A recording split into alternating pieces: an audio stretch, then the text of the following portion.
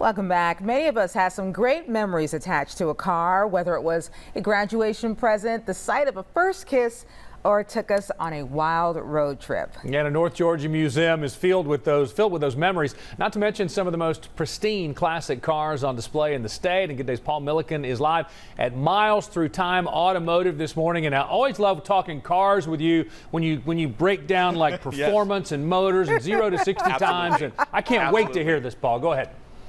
I've got it all coming for you, but Buck, you're going to love this. You always talk on TV about my Pinto that I drive around town. Yeah. Look what they have. Here it is, my 1975 Ford Pinto Classic. wagon. Although, let's be very clear, there's very little Pinto left on this thing. It's been souped up just a little bit. So this is my Pinto. Here it is. I love when you look at the ad of what it looked like, though. So that was the 1975 Ford Pinto, if you can tell. Yeah, this one's been, modified slightly. It's more like a Franken Pinto, but as long as it goes fast, does some wheelies, I'm going to drive that baby all around town. This is one of the many cars here at the new location of Miles Through Time. So if you guys remember, we first checked this place out about a year ago, but it was in Toccoa. It's now moved to the old mill here in Clarksville, and it looks amazing. And Sean Mathis, he's still here, though, still around. Man, you've done a great job in here. How does it feel to be in your new space? It feels awesome. It's really neat to be here and be able to have the kind of space that we originally had wanted to have, so that we could do what we wanted to do.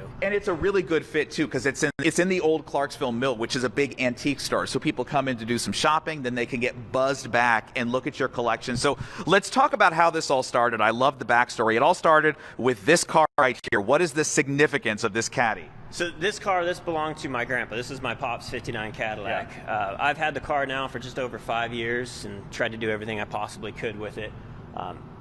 I'm going as far as it got its own Facebook page, its own website, all that kind of stuff. It's been in movies. It's been in the movie when we last spoke. Yeah. And then I wanted to do something more with it, and car shows were getting old and hot, and so I was like, what if they came to me in a climate-controlled environment, and had other people that also had some cool stuff, and it was like, hey, I'd like to be in a climate-controlled environment too and share my stuff. Yeah. So I came up with this concept, had the opportunity to give it a go in Toccoa, quickly learned what worked, what didn't work, realized what I needed to do. The opportunity presented itself to come here inside the old Clarksville Mill, and we made it happen. The mill is actually home to Northeast Georgia's largest antique mall. Plus, there's a state-of-the-art bowling alley here. There's a restaurant here. There's a bar here.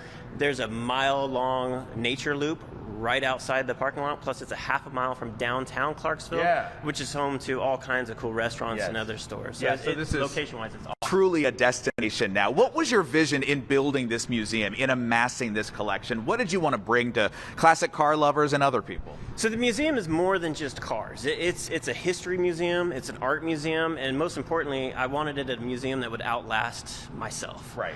If this can be a cool place that people can come and see neat things that are all owned or donated by people just like them in our vicinity, that's really what I wanted it to be all about. It's not one man's collection, and it's not a multi-million-dollar corporation's collection. It's people like you and me that may have stuff inherited to them, may have been collecting for a lifetime, and just want people to be able to see it and enjoy it. Yeah, I mean, your whole idea was that why leave these cars back in storage when you can put them out and other people can see them and enjoy them, right? That's right, that's right. Okay, so how can people come visit the museum? What are your hours now that you're located in this new mill area?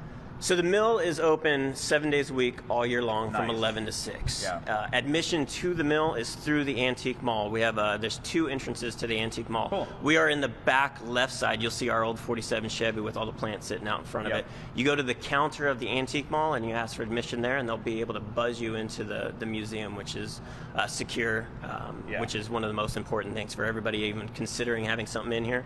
It is very safe to have stuff in here. And then there's just a lot of room for you to be able to walk around and spread out in here, especially during times like this. Absolutely, yeah. It's easy to social distance. And you've made everything wide enough that it's totally wheelchair accessible now, too, which people always ask about. So thank you for letting us be here. We've got more with you in the next hour, because you've only seen this room, but there's more to the museum, so we have more to show. But I did do some car shopping for you guys. So, of course, I've got my Pinto that I'm very happy with. Sharon's going to get this Mercedes-Benz, the one that went across the country in 28 hours and 50 minutes, because Sharon's got a bit of a lead foot. We all know it.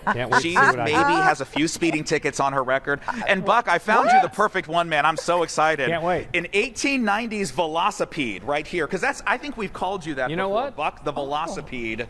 There it is, right I'm there. actually totally cool with that. Pedaling down Briarcliff Road. Does it take in you this. back, Looks Buck? beautiful. Right? Yeah, I remember when that car was first came out. Yeah, that car was had one of awesome. those as a That was the child. hottest thing going back in the day, for sure.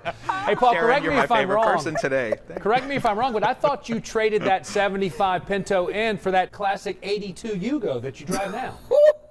That's exactly what happened. I have no idea what that latter car is that you said, but yes, I have it. Sure, that's it. All right. Be careful in that thing. Paul, thanks a lot. Looks like a fun place.